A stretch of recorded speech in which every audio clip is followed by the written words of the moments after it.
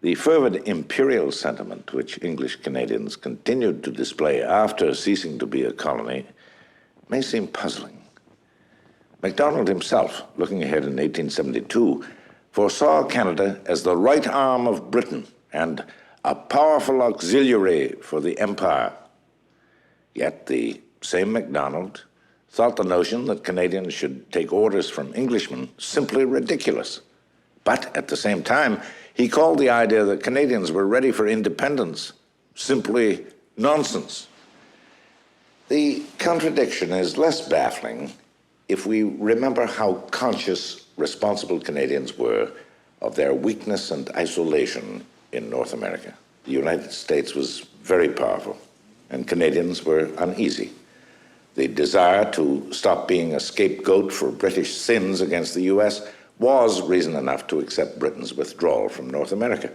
But the danger of American hostility to Canada on her own account was reason enough not to cut all ties. So Canada sought autonomy, not independence, within the larger framework of the British Empire. But there was a movement for full independence in Canada at this time, and its connection with annexationism was revealing. Professed annexationists had become distinctly less popular in Canada by 1872, so many of them joined the independence movement.